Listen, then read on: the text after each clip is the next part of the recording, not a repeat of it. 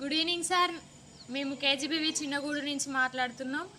నా పేరు మౌనిక. నేను 9th క్లాస్ చదువుతున్నాను. గత 10 రోజులుగా మా టీచర్స్ స్ట్రైక్లో ఉన్నారు. మాకు క్లాసెస్ జరగడం లేదు.